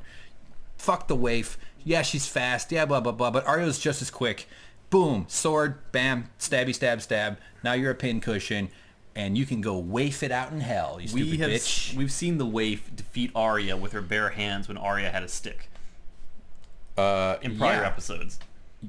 So the fact that her dagger is small and Arya's needle is long. That was with light. This is darkness. Suddenly it's pitch black. Arya is the most recent blind fighter, and Arya is going to go stab. I feel like there was a breakfast table in the morning before they shot this episode, and the script fell, maybe some Kool-Aid or something got on it, and the writers gave it to their 2-year-old son and said, here, tell me how it happened. How should it have gone down? It should have gone down. First of all, that shouldn't have been Arya. Be the grown-up here, pretty boy. Be a 3-year-old. Okay, I'll say this. I'll say that if it gets to this part right here where Arya lures her back to her lair, Arya would not have been wounded in the first place. It would have been a sham. It would have been someone else. Arya would have been here waiting for her. Okay, that's fair. I got you there. And she would have fought her in combat in some way. Maybe not in the dark, because the dark seems completely stupid. But she was trained blind. So yeah, I feel like it would have been a very close fight, but maybe she would have been grievously injured during this fight with the Waif. Yeah. But she would have come out on top by getting needle where it needs to be. Sure, which is in her stabby holes. Yeah. So I felt like it would have been a very close fight. She would have been almost killed herself. Where at that point she would have sustained the wounds because there's no way she would have been able to run from point A to point B wounded like that. All right, so I don't disagree with that. The running with the wounding thing was pretty crazy. Yeah. But the beating her in the dark, I don't think is crazy because she's got the fucking sword and she's a sword master. She's a good swordswoman. Sure she is. She was trained by the guy. She chased cats. Every single time that she went up against the Waif kicked her butt. It's because she was blind. Even when she wasn't blind, she got her butt kicked. The Waif could see. Right, but I still think the Waif could see in the dark. Your head's darkness skills too. She's a Khajiit. What does that mean? Skyrim? You ever play Skyrim? Yeah, not the cats. With is that what they're night vision? Oh, I didn't get to that part. I remember seeing the cats and they freaked me out, so I quit playing. No, I just ran out of time playing Skyrim. There's so many good video games. By the way, anybody, this is a video game channel. Yeah. Check us out. We play. Some of our videos get up to 19 views. It's pretty impressive. All right, so it's dark. We got to burn through this. We're already at an hour and a half. Fuck. God, we're almost there. It gets longer every week. We got like 3 more minutes to go. I know. We're doing it for the fans. So bloody mess here at the old Jaqen H'ghar's house. And he's thinking, I got to fire the cleaning ladies. Fuck. I hate calling people out of the phone book. You never know what you're going to get. So there's more blood on the steps, and he walks up. We kind of know it's coming. This is all kind of obvious. He does not need to fire his candle company. They are doing a great job. And he walks up.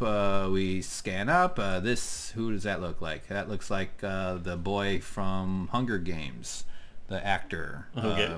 who falls in love with Katniss. The other kid, you know, he's like famous. Peter. Peter. It wasn't Peter, but something like that. Yeah. But... I don't know. I'm just trying to come up with something the kids can relate to. This looks like Archie Bunker. So they scroll up, and oh no! You can tell it's Arya. Yeah. Oh yeah. No, it's the Waif. It's the Waif is dead. She's full of holes, including her mouth hole, her nose holes, her eye holes, and the giant hole behind her face, which is where her head used to be. Yeah, because the thing is that most of the faces in the wall don't look like they're in agony and were taken off with violent force. But this is she didn't get the cleaning service at the car wash. It would have been almost better if it was like torn and ripped and had jagged edges. Right. You know. Yeah, or if like the hand, if needle was poking out of it, like just the handle was poking through her cheek, because that's how she mounted it. Or there was a candle inside of it. An orange. Yeah, there's orange. Yeah, there's an orange in her mouth. So, but how do they fucking mount these faces? I'm not trying to call bullshit on the show. I'm just like, do they have like a model? You know, like how they have wig heads that you like when you wear a wig, you carry around this head. Double-sided tape. Oh, okay, yeah. Oh, yeah, double-sided tape. That would do it. All right. So, Jaqen H'ghar, they have this little conversation. He looks at her, and she is ready to kill. Yeah, she was like, you ordered my death? And he was like, yes, I did. Yeah, he goes, I did. A man ordered a good or that. He didn't. I don't know what he said. And she points it at him with her left hand. Right in him. She's confident. I like confident Arya. Is my favorite kind. And he doesn't seem to shy away from the blade. He kind of walks into it a little bit. And... they what did they say? We know what she says at the end. That's the big ending. He says, you know, finally a girl is no one, and she goes, no, I am Arya Stark of Winterfell, and I'm going home. And I'm going home. And then a Greyhound bus, Gendry rode up, and she jumped in. He's rowing across the stones. Across the stones, and she jumped into his boat. And there they go. And he kind of gives her this nod, like, all right, well, have fun, see you later. Yeah, like he's basically acquiescing, saying we're no longer at war with this little Doesn't face. she say something like, this is finished now? Maybe, probably. Yeah, something, you know. Yeah, probably. I don't know. So she walks off, and he kind of seems satisfied, almost like he just, what matters is who proves themselves. And she proved herself better than the Waif, but she also wasn't loyal to any of these. She just took their training and left. Yeah, pretty much. This is like if I went to become a fucking, tuba player, and I joined the tuba guild, and then I became a master tuba player, and then all of a sudden I was like, fuck you guys, I gotta go kill some people. So she's off. Confident Arya. She walks away, leaving this place. We probably won't be back here in the show. I mean, who knows? It's probably, we maybe will. Black screen, it's over. Bam, done. James, we've got an hour and 36 minutes. Let's talk real quick. We usually do a little wrap-up. What did you think overall? Good show? Bad show? Overall, I wish this was a terrible nightmare and I could wake up tomorrow and watch the real episode. Oh, man. Those are strong words. This episode sucked. Oh, the whole episode. Everything. The whole episode sucked. Everything about it, yeah. Everything. Even the Hound peeing? Yeah, I didn't need to see that. Even that big old horse dick? Yeah, which you are going to blur, I hope. No, I'm not. There's nothing in the YouTube rules that says about animal dicks. You're going to enhance it. Only human PPs are offensive. Can you make it spin around? Yeah. I can invert it. I can erase it. Turn it into a horse puss. God. So, James, why?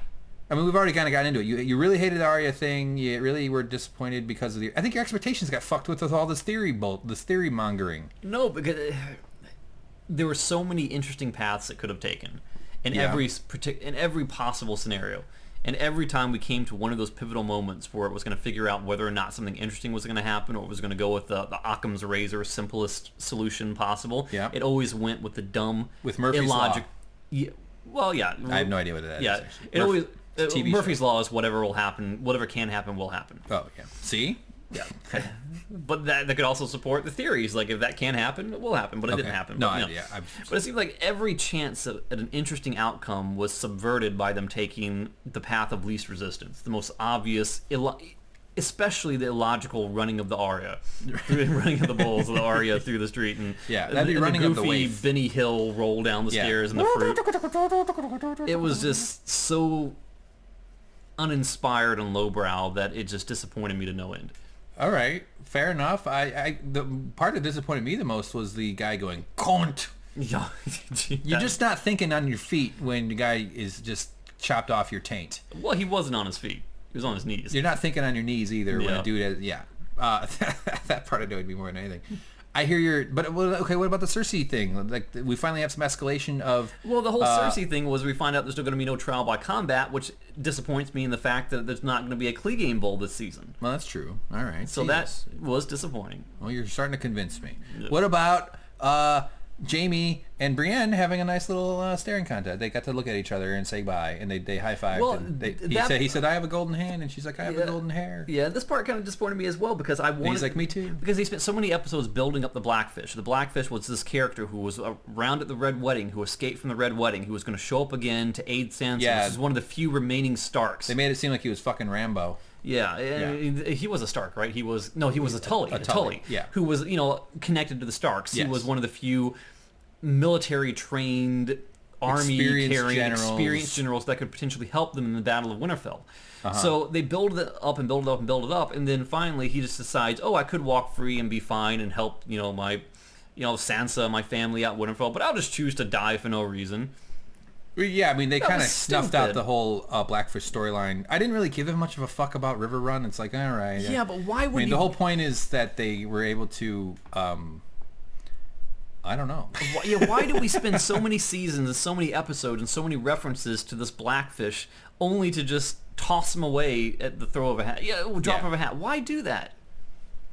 He turned out to be nothing. Yeah, right. No, he turned out to be kind of a disappointment. He sort of put up a fight, and then Edmure came in and goes, "No, give it up. Yeah. My hot wife and my hot baby." And he could have gotten away to go to Winterfell to at least help Jon Snow and Sansa advise the army. And he's like, "I'll never run again. I ran at the Red Wedding." Well, he probably assumed they would turn on him. I mean, he did have his entire family killed in a incredible deceit from the Lannisters and the Freys, and so who was he trusting to let him walk away? Was the Lannisters and the Freys. So he's not going to learn that lesson twice. Well, I mean, Edmure trusted them, but Edmure had his... But he could have gotten into the rowboat, Yeah, that's that, yeah. He had a free out. Yeah, and he is a fish. He could have swam. Exactly. They could have moved on a little quicker. He's got all the scales on his he armor. could have found Nemo and gone straight into Riverrun. Well, now Dory's missing. Winterfell. Yeah, they had to make they had to make another documentary about finding Dory. Yeah. What the fuck was that? So that was my computer making a noise. It's a bad sound. No, it's fine. It just means one of the drives disconnected. I've got about 4 USB. No, it's recording to an SSD. So, the whole thing, I wasn't disappointed. I guess I don't know. The Hound is going to... What else happened? What am I missing? It just seemed like it's like you could be interesting or you could be dumb. And the whole theme of this episode was dumb to dumb, dumb, dumb, dumb, dumb. And then almost interesting, but then dumb, dumb, dumb, dumb, dumb. Yeah, that's a good theme song. That's pretty much a theme song for our YouTube channel here. Yeah. All right, well, there you go, guys. What did you think? I mean, there's a lot more to say. We've gone on for an hour and 40 minutes. Yeah. Who the fuck would click play on this video? No one. The title episode. Nobody will. But anybody who is enjoying it, who's taking a risk and giving us a chance, and you're having fun, thank you. We really do appreciate the comments, the likes, and the subscribes. I'm sure some people are going to subscribe, and then they're going to see me post a bunch of video game shit that they don't give two fucks about, and they're going to unsubscribe. That's fine, too. Everything's okay. I'm not going to stress about it. Why would anybody watch this video? It's so long. So, there you go. Leave comments. Let us know what you think. Is James right to be in such dismay? Should I massage his back or his feet to make him feel better immediately afterwards? Or should we just go get tacos from one of the LA's many delicious taco trucks? Is it still open? Fuck yeah, they're open. Really? Yeah. People are drunk all the time around here. Holy crap. What do you think tacos are for? Ooh, I've been drinking. James just had a Corona right there, and I'm about to take a big swig of this dry, warm Diet Coke. You revealed that I was drinking a weak beer. You have diminished me in the eyes of the world. Why don't you stick your finger up your butthole and smell it like a... I'll stick my Corona up there. No, God. That would be it's bigger than your finger. Yeah. Bye, everybody. Bye, James. Goodbye. Nice ending. Yeah. Corona butt. He'll do it. Guys, if our channel doesn't blow up, James is going to put a Corona bottle up his butthole. You're still recording? Yeah, of course. Crap.